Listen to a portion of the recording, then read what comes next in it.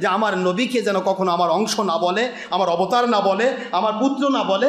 এই কথাটা রদ করতে গিয়ে বলা হলো মুহাম্মদ সাল্লাল্লাহু আলাইহি ওয়াসাল্লাম তোমাদের মতো দেখতে একজন মানুষ, তবে তিনি ওহী দ্বারা নিয়ন্ত্রিত, গুনাহ মুক্ত, আর তোমরা গুনার সাথে যুক্ত। গুনাহ যুক্ত ভুলের মধ্যে ডুবে থাকা মানুষকে গুনাহ মুক্ত, ভুল ত্রুটি মুক্ত ওহীর নবী পাঠায় দিলাম তোমাদেরকে গুনাহ মুক্ত করে, তোমাদের গুনাহ থেকে মুক্তি দিয়ে, ভুল মুক্ত করে কোরআন সুন্নাহ মেনে জান্নাতি বানানোর জন্য। জোরে বলুন সুবহানাল্লাহ। কথাগুলি বুঝতে কি অসুবিধা হচ্ছে আপনাদের?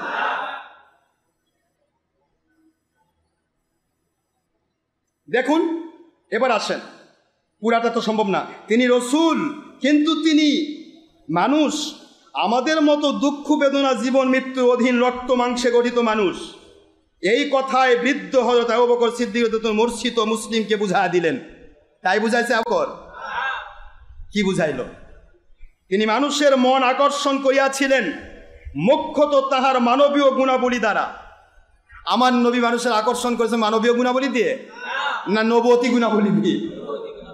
দেখেন সাহিত্যের ভাষা কত কত মানুষকে মূর্খ বানায় এবং নাস্তিক বানায়। আমার নবী কোনো মানবীয় গুণাবলী দিয়ে মানুষকে আকৃষ্ট করেননি, আমার নবী নবুয়তের গুণাবলী দিয়ে মানুষকে আকৃষ্ট করেছেন। আমি প্রমাণ দিচ্ছি। মক্কার শ্রেষ্ঠ বংশে তিনি জন্মিয়াছিলেন, কিন্তু বংশ গৌরব হযরতের সচেতন চিত্তে মুহূর্তের জন্য স্থান লাভ করেন নাই। অর্থাৎ তিনি বংশ গৌরবে অহংকার যুক্ত ছিলেন না। কেন? আমরা যদি বড় বংশে হই তাহলে তোমার অহংকার চলে আসে, তাহলে মানবীয় গুণ তো অহংকার। নবী মানবীয় গুণ থেকে নিরাপদ ছিলেন। এটা সুবহানাল্লাহ বলবেন না জোরে? তাহলে তার কথায় সে প্রমাণ করে দিচ্ছে নবী আমাদের মতো, আমরা অহংকারী হতে পারি, নবী অহংকারী নন। এবার দেখেন, আবল্য তিনি ছিলেন আল আমিন। আবল্য, আবল্য বোঝেন তো? আবাল্য বোঝেন? ছোটকাল থেকে, ছোটকাল থেকে তিনি ছিলেন আল আমিন, বিশ্বস্ত। বাংলাদেশ সহ সারা পৃথিবীর মানুষকে ছেড়ে দিলাম, দেখান তো একটা মানুষ ওই মানুষটা ছোটকাল থেকে আল আমিন ছিল। আছে? তাহলে মানবীয় গুণ না নবতী গুণ? সে কিন্তু প্রমাণ করলো যে মানবীয় গুণ দিয়ে মানুষকে আকৃষ্ট করেছে। আবার তারই কথায় সে ধরা খেয়ে যাচ্ছে। কথাটা বোঝার চেষ্টা করে। আবাল্য তিনি ছিলেন আল আমিন, বিশ্বস্ত, প্রিয়ভাষী, সত্যবাদী, যেটা অন্য মানুষের পক্ষে সম্ভব নয়। তাহার অসাধারণ, এবার আসেন অসাধারণ, যেই মানুষটি কেবল প্রমাণ করলো মানুষ মাত্র, আমাদের মতো মানুষ মাত্র, মানে মানুষ বই কিছু না, সেই ব্যক্তি আবার বলতে যে তাহার অসাধারণ যোগ্যতা। অসাধারণ মানে কি? সাধারণ থাকলো আমাদের মতো? কথা বলেন না কেন? আমি কিন্তু বুঝাচ্ছি তার ভাষা দিয়ে। এই ধরনের বাতিল বাহাত্তর ওয়াহাবি খারেজি বাতিলরা নবীর বিরুদ্ধে যতই লিখতে যায়, কিন্তু তাদের মুখ দিয়ে বের হয় নবী আমাদের মতো নয়। দেখুন, অসাধারণ যোগ্যতা মানে সাধারণের যোগ্যতার সাথে সম্পৃক্ত নয়। বুদ্ধি, বিচার শক্তি, বলিষ্ঠ দেহ দেখিয়া মানুষ অবাক হইয়া যাইত। এই সকল গুণ বিবি খাদিজাকে আকর্ষণ করিয়াছিল। বস্তুত্ব ও হযরতের রূপ লাবণ্য ছিল অপূর্ব। এবার অপূর্ব ভাষাটা ব্যবহার করেন, সাহিত্যের ভাষায় অপূর্ব, যা পূর্বে কখনো, কথা মানে কি হলো? অপূর্ব, অভূতপূর্ব। পূর্বে আর কেউ এরকম, তাহলে কেউ ছিল না তিনি আমাদের মতো। তাহলে আগের কথা তার কথা কি? তার কথাতে আমি করতেছি। আমার 3 শ্রেণীর ছাত্রছাত্রীরা যারা স্কুলে সবেমাত্র ক্লাস 9-10-এ পড়ছো, তোমাদের মেধা ওয়াশ করে নবীর দুশ্মন বানিয়ে বেয়াদব এবং তোমাদেরকে পরিপূর্ণ বেঈমান বানানোর জন্য যেই সাহিত্যের নামে নবী মোহাম্মদ মানুষ মোহাম্মদ সাল্লাল্লাহু আলাইহি নামে প্রবন্ধ দেওয়া হয়েছে, এটা দিয়ে তোমরা শিখো যে তার কথার ভিতরে রয়েছে নবী আমাদের কারো মতো নন। বোঝার চেষ্টা করুন, খুব বোঝার চেষ্টা করবেন। অপূর্ব, অসাধারণ একসাথে লিখেছে। নবীজির রূপ লাবণ্য ছিল অপূর্ব, অসাধারণ, পূর্বে যা ছিল না এবং সাধারণের যা হয় না, কমপ্লিট আমাদের চাইতে বিপরীত হয়ে যাচ্ছে। কথা বলছেন না কেন? আসুন এবার মক্কা হইতে মদিনায় হিজরতের পথে এক পরহিতব্রতী দম্পতির কুটিরে তিনি আশ্রয় নেন। রাহি পথিকদের সেবা করাই ছিল তাহাদের ব্রত। এটা বললে অনেক সময় লাগবে। এবার আরেকটা কথায় আসতেছি। কাজল লেখার মতো যুক্ত ভুযুগল, তাহার সুচ্চ গ্রীবা, অপূর্ব কান্তশ্রী। এবার অপূর্ব আবার আসলো। পূর্বে যেরকম কোনো ব্যক্তি আসেনি, ঠিক সেই রকম অপূর্ব এক ব্যক্তি হলে মুহাম্মদ সাল্লাল্লাহু আলাইহি ওয়াসাল্লাম। জোরে বলেন সুবহানাল্লাহ। আবার তিনি লিখলেন, গুরু গম্ভীর তাহার নীরবতা, মধুবর্ষী তাহার মুখের ভাষণ, বিনীত নম্র তাহার প্রকৃতি, এক অপূর্ব পুলক দীপ্তি তার সুখে মুখে। অপূর্ব শব্দটা বারবার ব্যবহার করেছে। আগের পৃষ্ঠায় বলে গেল মুহাম্মদ সাল্লাল্লাহু আলাইহি ওয়াসাল্লাম মানুষ মাত্র, মানুষ ছাড়া কিছু না, আমাদের মতোই, কিন্তু অপূর্ব। আর কথা বলছেন না কেন? অপূর্ব, অসাধারণ শব্দগুলো মনে রাখেন। বড় মনোহর সেই অপরূপ রূপের অধিকারী আখেরি মুহাম্মদ সাল্লাল্লাহু আলাইহি ওয়াসাল্লাম। অপরূপ রূপের অধিকারী মানে কোনো রূপ যার হয় না, অপরূপ। এবার আসেন সাহিত্যের ভাষায়, অকুত ভয়। অকুত ভয়, কাউকে তিনি কখনো ভয়, আমরা ভয় পাই না। কথা কন না, সাধারণ মানুষ ভয় পায় না? সাধারণ মানুষ অবশ্যই ভয় পায়, কিন্তু নবীজি কোনো ভয় ছিল না। অকুত ভয়, অকুত ভয় বিশ্বাসে তিনি অজেয়, কোনোদিনই তিনি পরাজিত নন। অজেয়, সবসময় বিজয়ী। সুবহানাল্লাহ জোরে কন। এটা সাধারণ মানুষের গুণ। অজেয় হইয়াছিলেন। শত্রুর নিষ্ঠুরতম নির্যাতন তাহার অন্তরে লৌহ কপাটে আহত হইয়া ফিরিয়া যাইত। শত্রু যতই নির্যাতন করুক, তার কাছ থেকে আহত হয়ে নির্যাতনই ফিরে যেত। তিনি কারো উপর কখনো বদদুয়া করতেন না। আমাদের কি সাধারণ মানুষের স্বাভাবিকতার দাবি, কোনো কিছুই প্রতিশোধ যদি নিতে নাও পারি, তার নামে বদদুয়া করেন। কথা বলছেন না কেন জোরে? কিন্তু আমার নবী প্রতিশোধ নেওয়ার ক্ষমতা ছিল, তিনি প্রতিশোধ নিলেন না। এগুলো অনেক ঘটনা তিনি তুলেছেন। মক্কা বিজয়ের ঘটনাও তিনি তুলেছেন। মক্কা বিজয়ের দিন হুজুর পাক সাল্লাল্লাহু আলাইহি ওয়াসাল্লাম সবাইকে ক্ষমা করে দিলেন। পূর্বের কথা তিনি ভুলে গেলেন, একেবারেই তিনি নিলেন না। এখন প্রশ্ন হলো, প্রত্যেকটা ক্ষেত্রে প্রমাণিত হচ্ছে যে আমার নবীজি পাক সাল্লাল্লাহু আলাইহি ওয়াসাল্লামের মতো অন্য কেউ হতে পারে না, কখনো সম্ভব নয়। তাহলে আমরা হলে কি করতাম? হয় প্রতিশোধের আগুর ভিতরে জ্বলতো, আর নয়তো বা না পারলেও বদদুয়া করতাম। কি ঠিক না বা ঠিক? কিন্তু আমার নবী প্রতিশোধ নেওয়ার ক্ষমতা থাকার ফলে প্রতিশোধ নিলেন না, এবং কখনো হুজুর পাক সাল্লাল্লাহু আলাইহি ওয়াসাল্লাম কারোর উপর বদদুয়াও। এটা মানবীয় গুণ না নবুয়তি গুণ? সুবহানাল্লাহ বলবেন না জোরে? এবার আসেন কয়েকটা কথা বলে দিয়ে ওনার কথা। শত্রুর নিষ্ঠুরতম নির্যাতন তার থেকে লৌহ কপাটে আঘাত লেগে ফিরে আসতো। নির্যাতন তাকে কখনোই অন্যায় কাজে ব্যাপৃত করতে পারত না। কিন্তু সত্যে তিনি বজ্রের মতো কঠিন, পর্বতের মতো অটল হইলেও করুণায় তিনি ছিলেন কুসুম কোমল। করুণায় তিনি কি ছিলেন? ফুলের মতো কোমল। এখন আপনারা বলেন তো, করুণার দিক থেকে আমরাও কি কুসুম কোমল? এটা সাধারণভাবে সম্ভব? বৈরীর অত্যাচারে, মানে শত্রুর অত্যাচারে বারবার তিনি জর্জরিত হইয়াছিলেন। শত্রুর লোষ্টাঘাতে, অরাতির হিংস্র আক্রমণে বরাঙ্গের বসন তাহার বহুবার রক্ত রঙিন হইয়া উঠিয়াছে। তথাপি পাপী মানুষকে তিনি ভালোবাসিয়াছিলেন। অভিশাপ দেওয়ার চিন্তাও তাহার অন্তরোদিত হয় নাই। প্রমাণ করতেছে তিনিই যে আমার নবী, আমাদের কারো মতো। এ কথাই বোঝাচ্ছি। মক্কার পথে প্রান্তরে পৌত্তলিকের প্রস্তর ঘায়ে তিনি আহত হইয়াছেন। ব্যঙ্গ বিদ্রোপে বারবার তিনি উপহাসিত হইয়াছেন, কিন্তু তাহার অন্তর ভেদিয়ে একটি মাত্র প্রার্থনা বাণী জাগিয়াছে, এদের জ্ঞান দাও প্রভু, এদের ক্ষমা করো, এরা বোঝে নাই। সুবহানাল্লাহ জোরে কোন। তাহলে আমার নবী কি আমাদের মতো থাকছেন? ভাষাটা দেখেন।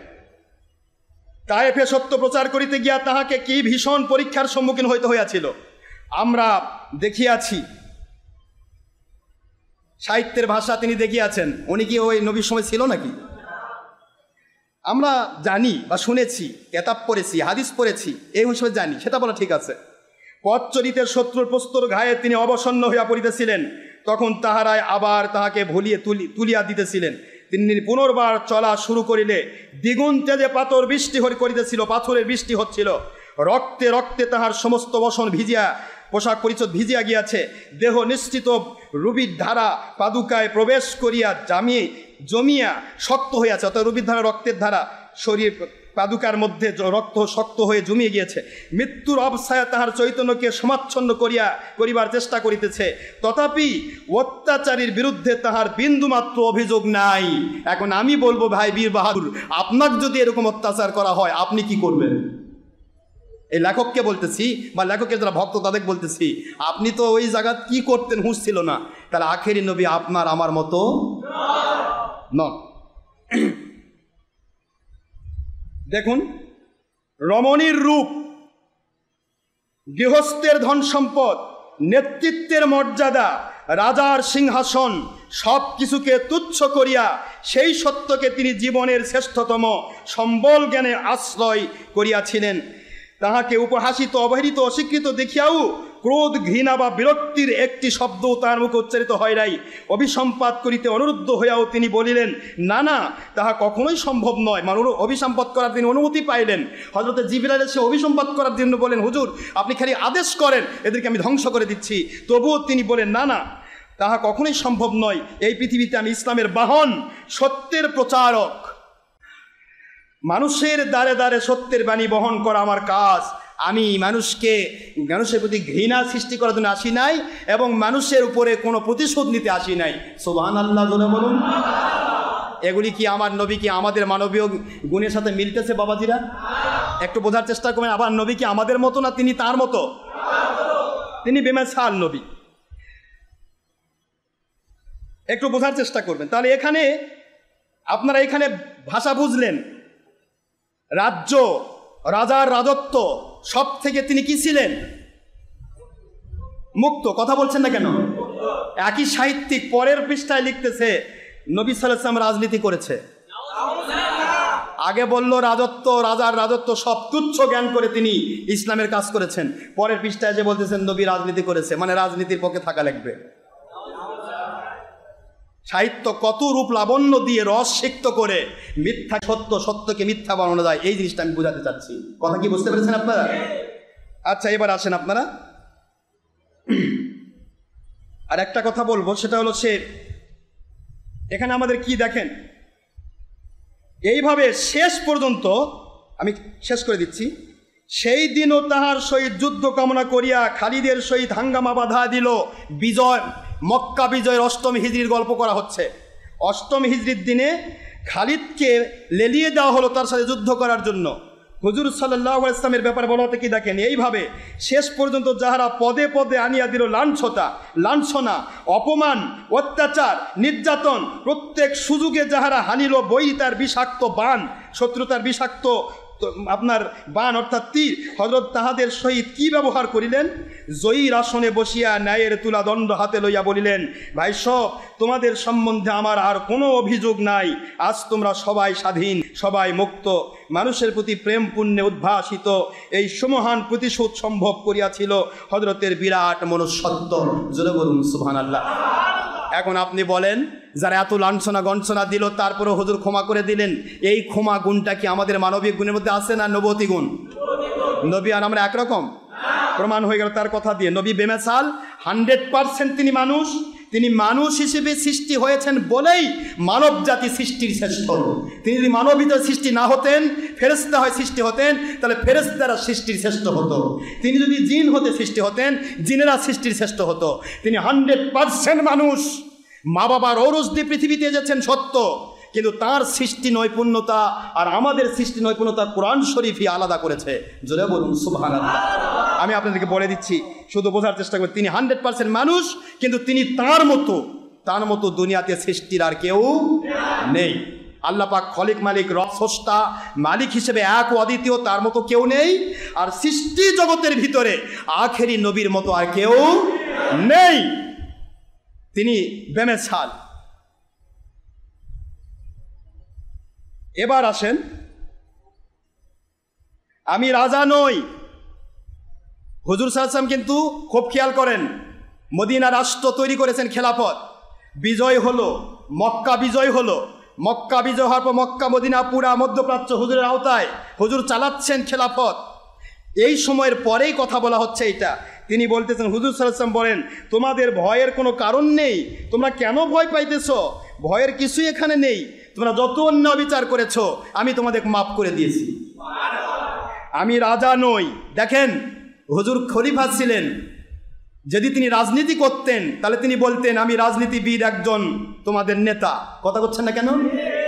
দেখেন সাহিত্যের ভাষা তিনি লিখেছেন, আমি রাজা নই, আমি সম্রাট নই, মানুষের প্রভু নই, আমি এখন এমন এক নারীর সন্তান, সাধারণ শুষ্ক মাংসই ছিল যাহার নিত্যকার আহার্য, অর্থাৎ অহংকার মুক্তি।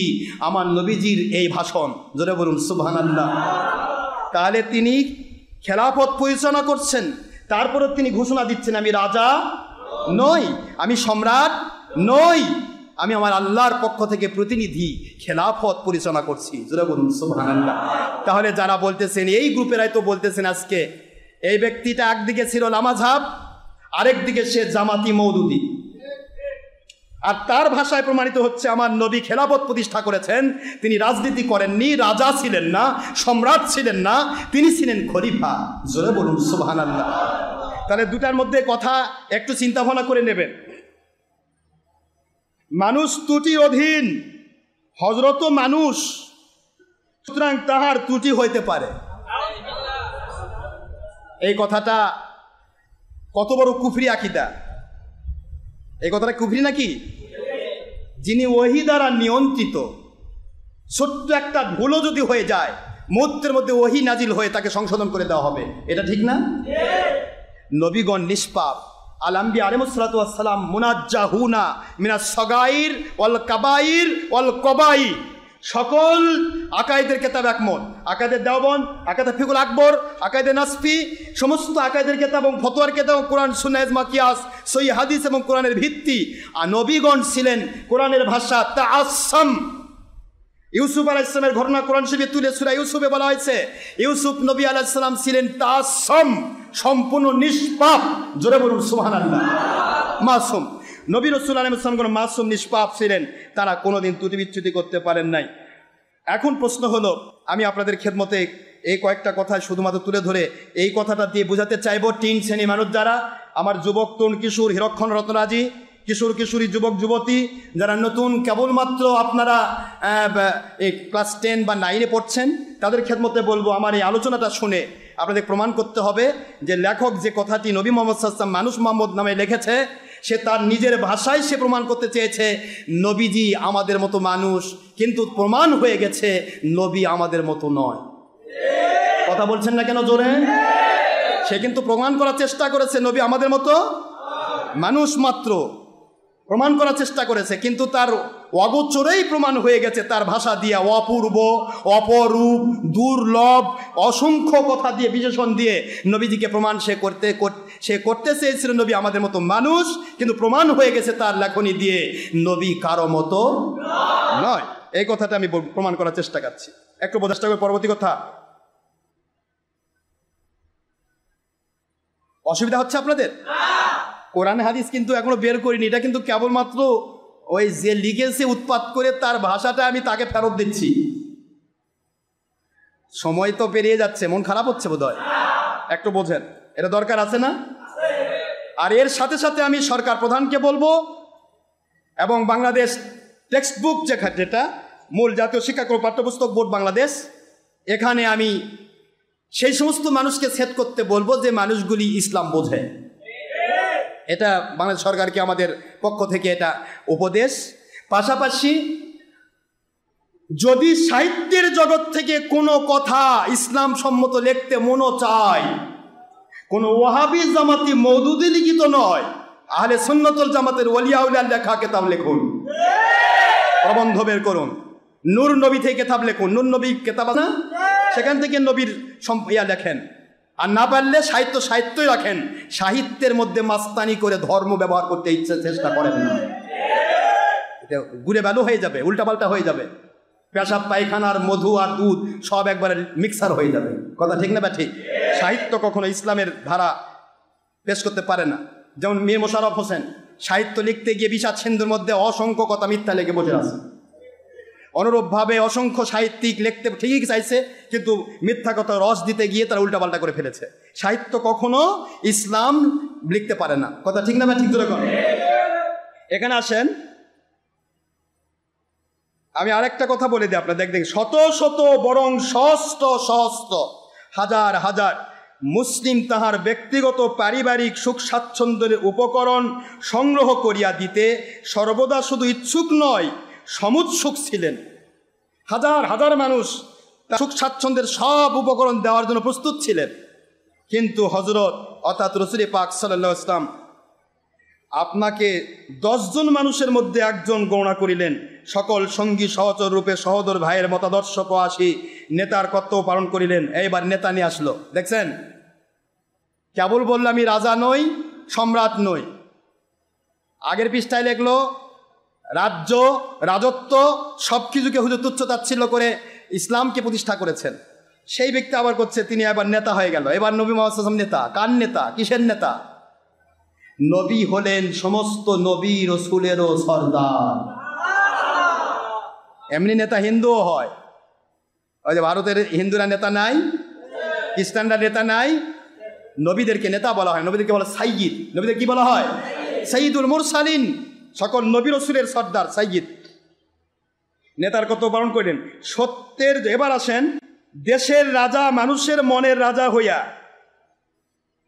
সত্যের জন্য অত্যাচার নির্যাতন সহিলেন, দুঃখে সুখে অশ্রু নীরে তৃতীয়া আল্লাহর নামে সান্ত্বনা মানিলেন। দেশের রাজা মানুষের মনের রাজা হইয়া স্বেচ্ছায় দারিদ্রের কণ্টক মুকুট মাথায় পরিলেন। মানুষের মনের রাজা আমার নবী হয়েছিল? স্বেচ্ছায় রাজা হয়েছে? রাজার শব্দের অর্থই হচ্ছে স্বেচ্ছাচারী। রাজা শব্দের অর্থ হচ্ছে ইচ্ছা মতো চলা, আর খলিফা শব্দের অর্থ হলো আল্লাহর মত অনুসারে চলা। দুই জিনিস বোঝার চেষ্টা করবেন। তাই তাহার গৃহে সকল সময় অন্ন জুটিত না। এবার আসেন, সারা পৃথিবীর অর্ধ পৃথিবীর শাসনকর্তা হয়েও আখি রসুলের বাড়িতে অন্ন জুটিত না। নেশার অন্ধকারে প্রদীপ জ্বালিবার মতো তৈলটুকুও সময় মতো মিলিত না। এমনই নিঃস্ব কাঙ্গালের বেশে মহানবী সাল্লাল্লাহু আলাইহি ওয়াসাল্লাম মৃত্যু রহস্যের দেশে চলিয়া গেলেন। মুহাম্মদ সাল্লাল্লাহু আলাইহি ওয়াসাল্লাম তিনি এত বড় রাজত্বের রাজ্যের একজন খলিফা হওয়ার পরেও তার বাড়িতে অন্ন জুটত না, এমনকি প্রদীপ জ্বালাবার তেল জুটত না। আজকের যারা মাত্র বাংলাদেশের মতো বা ছোট একটা দেশের অধিকারী, তাদের বাড়িতে কি এরকম ব্যবস্থা কোথাও আছে? তাহলে আমার নবী আর বর্তমান সময়ে কোনো নেতা নেত্রী নবীর সাথে কোনো তুলনা আছে? তাহলে প্রমাণ হয়ে গেল তার ভাষা দিয়ে আমার নবী কারো মতো। নেতৃত্ব জগতেও তিনি আলাদা। সকল দিক থেকে, কোনো দিক থেকে আমার নবীকে আপনি কারোর সাথে মিল করতে পারবেন না। আমি প্রমাণ করব কোরআন সুন্নাহ দিয়ে। আগে আমি সাহিত্যের ভাষাটা শেষ করি। তিনি খলিফা, অথচ কাঙ্গালের বেশে নিঃস্ব হয়ে তিনি মৃত্যু মুখে পতিত হলেন। নাউজুবিল্লাহি মিন যালিক। অথচ আমার নবী হলেন দোজাহানের বাদশাহ। দোজাহানের জোরে কর না কেন? সাকারাতে মাউতে কি যে যন্ত্রণা, সাত সাগরে পানি দিলেও তৃষ্ণা মিটবে না। সাকারাতে মাউতের কে যে যন্ত্রণা, সাত সাগরের পানি দিয়েও তৃষ্ণা মিটবে না। কাউসারের পানি দিলেন শাহে মদিনা, কাউসারের পানি দিলেন শাহে দুজাহান। ভালো যদি বাসতে হয় নবীকে বাসুন, ভালো যদি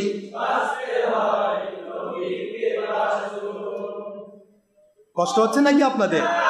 ভালোবাসা দিতেই হবে নবীজিকে দিন, ভালোবাসা নবী তরানিওয়ালা, নবী বাঁচানিওয়ালা। আল্লাহর হুকুমে নবী কিয়ামতের বিপদ থেকে তরানিওয়ালা। আল্লাহর হুকুমে নবী কিয়ামতে জাহান্নাম থেকে বাঁচানিওয়ালা। ভালো যদি ভালো যদি বাসতে হয় নবীকে বাসুন। সুবহানাল্লাহ। সিরাতে পারে নবী দাঁড়িয়ে থাকবেন, কিয়ামতের ময়দানে তিনি সেজদায় থাকিবেন। মিলাদ পড়া উম্মতদের পার করিবে, নবী প্রেমিক উম্মতদের পার করিবে। সুবহানাল্লাহ বলেন। সাফায়াত কান্দারি সাফায়াত আল্লাহর পরে শ্রেষ্ঠ আমার, কুল কায়নাতের শ্রেষ্ঠ আমার, জান্নাতের সুপারিশকারী আমার নবীকে জানুন। ভালো যদি বাসতে হয় ভালোবাসা দিতেই হবে নবীজিকে দি।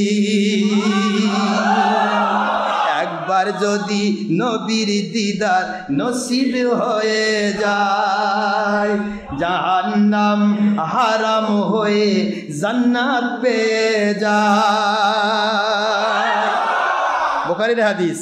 ইমানের হালে একবার যদি নবীর দিদার নসিব হয়ে যায়, জাহান্নামের আগুন তাকে দেখিয়া পালায়। আল্লাহু আকবার। ওই নবীজির জন্য আমরা, ওই নবীজির জীবন দিয়ে দিন। ভালো যদি বাঁচতে হয় বাঁচতে হয় নবীকে বাসো। নবীর ভালোবাসা ঈমান কোরআন পাকে কয়, ঈমানদার ব্যক্তি জান্নাতি হাদিস পাকে কয়। জান্নাত বড় না দুনিয়া বড়? নবীর ভালোবাসা ঈমান কোরআন পাকে কয়, নবীর ভালোবাসা ঈমান বুখারী হাদিস কয়। ওই নবীজির ভালোবাসায়, ওই নবীজির জীবন দিয়ে দিন। ভালো যদি বাঁচতে হয় ভালোবাসা দিতেই হবে নবীজিকে দি।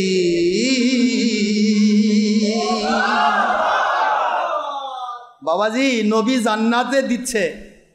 জান্নাতের দৃষ্টান্ত আরদুহা কাদিস সামাওয়াতি ওয়াল আরদ। আসমান জমিনের মধ্যে ফাঁকা জায়গাটা পুরাটা হবে একজন মুমিনের জান্নাত। সেই জান্নাত নবী দিতে পারে, তিনি কাঙ্গাল নিঃস্ব। খুব বোঝার চেষ্টা করুন। নাউযুবিল্লাহি মিন যালিক। এবার আসেন, যিনি বিশ্ব মানবের জন্য আপনাকে বিলায় দিলেন, নিজেকে বিলায় দিলেন, তিনি আজ চলিয়া গেলেন। সাধনার পথে শত্রুর আঘাতকে যিনি অম্লান বদনে সহিলেন, হায় সেই দয়ার নবী, মানুষের মঙ্গল বহি আনিবার অপরাধে প্রস্তর ঘায়ে যাহার দাঁত ভাঙ্গিয়াছিল, প্রশস্ত ললাট রুধি রক্ত হইয়াছিল, রক্তে রঞ্জিত হয়েছিল। আর সেই আহত জর্জরিত মুমূর্ষতার সাথেও যিনি শত্রুকে প্রেম ভরে আশীর্বাদ করিয়াছিলেন, তিনি দোয়া করেছিলেন, কখনো বদদোয়া করেন নাই। তিনি আজ জীবন নদীর ওপারে চলিয়া গেলেন। দুই বেলা পূর্ণ উদর করে পরিপূর্ণ উদরে আহারও যাহার ভাগ্যে হয় নাই, ভাগ্যে বলে হয় নাই। আরে খান নাই বেটা, আমাদের দেখানোর জন্য, ছিনানের জন্য, শিখানের জন্য। নবীর ভাগ্যে হয় না তো তুরই ভাগ্যে হয়েছে না? ভাগ্যে হয় নাই। যার জান্নাত, যিনি সারা দুনিয়ার মানুষকে জান্নাত দিচ্ছেন, আর তার ভাগ্যে দুনিয়ার সম্পদ নাই, না খাওয়ার নাই। ত্যাগ ও তিতিক্ষার মূর্ত প্রকাশ মহানবী আজ চলিয়া গেলেন। বিবি আয়েশার মর্ম ছেঁড়া এই বিলাপ সমস্ত মানুষের সমগ্র বিশ্বের শুধু সত্য সাধনায় নয়, শুধু ঊর্ধ্ব লোকচারী মহাব্রতির তত্ত্বানুসন্ধানে নয়, মানুষের সঙ্গে মানুষের ব্যবহারে হযরত মুস্তাফা ইতিহাসের একটি অত্যন্ত অসাধারণ চরিত্র। আসেন, অসাধারণ চরিত্র, সাধারণ কারো মতো নয়। বানাতে চাচ্ছে নবী আমাদের মতো, কিন্তু হয়ে যাচ্ছে নবী নবীর মতো। ত্যাগ, প্রেম, সাধুতা, সৌজন্য, ক্ষমা, তিতিক্ষা, সাহস, শৌর্য, অনুগ্রহ, আত্মবিশ্বাস, তীক্ষ্ণ দৃষ্টি ও সমদর্শন চরিত্র সৌন্দর্যে এতগুলি দিকের সমাহার ধুলোমাটির পৃথিবীতে বড় সুলভ নয়, অত্যন্ত দুর্লভ। তাই মানুষের একজন হয়েও তিনি দুর্লভ। মানুষের একজন হয়েও তিনি দুর্লভ, মানে যা লাভ করা সম্ভব না। এটাও আমাদের কারো মতো নয়, আমাদের অতি আপনজন হইয়াও তিনি অনুকরণীয় বরণীয়। এখন প্রশ্ন আপনাদের কাছে আমি বলবো, যতগুলি কথা এই সাহিত্য থেকে আমি বুঝালাম, এই সাহিত্যের ভাষাটা হলো মরুভাস্কর। এই স্থান থেকে আমি যেটা বোঝাতে চাইলাম যে প্রথমে তিনি ব্যবহার করেছেন নবী মানুষ মাত্র কিছু, তিনি মানুষ ছাড়া কিছু নয়, মানুষ বই কিছু নয়, মানুষ মাত্র। আমি তোমাদের মতো মানুষ মাত্র। আমাদের মতো মানুষ বানাতে গিয়া তার লেখনীর ধারায় তার প্রত্যেকটা ভঙ্গিমার মধ্যে প্রকাশিত হয়েছে নবী কারো মতো। তিনি অসাধারণ, তিনি দুর্লভ, তিনি অপরূপ। কি ভাষাগুলি আসছে তো? তিনি অপূর্ব।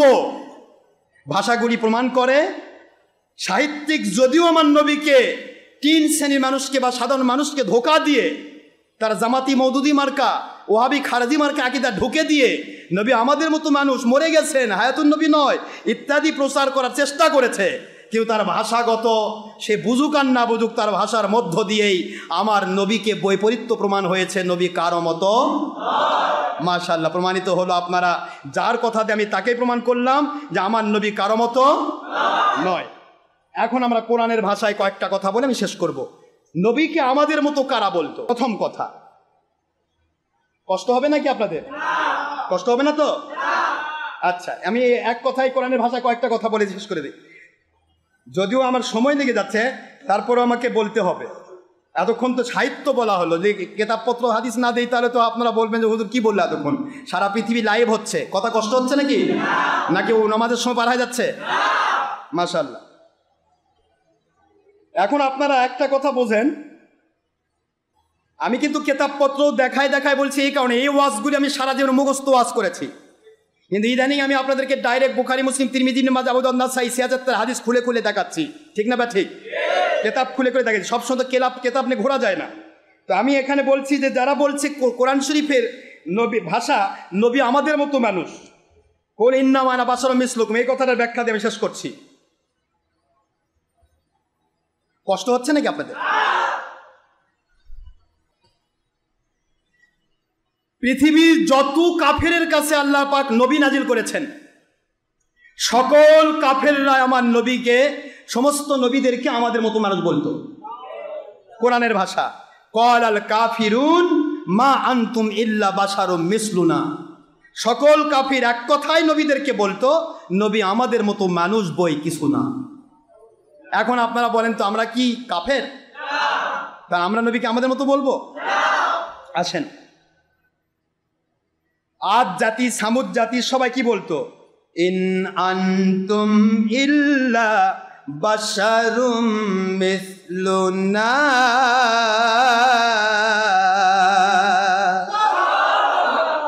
সমস্ত আদ জাতি সামুদের সবাই বলতো যে আপনারা তো নবী, তোমরা তো আমাদের মতো মানুষ। কোথায় আছে? পবিত্র সূরা ইব্রাহিম শরীফ আয়াত শরীফ 10 খুললেই পাবেন। ইব্রাহিমের 10 নম্বর। এবার আসেন,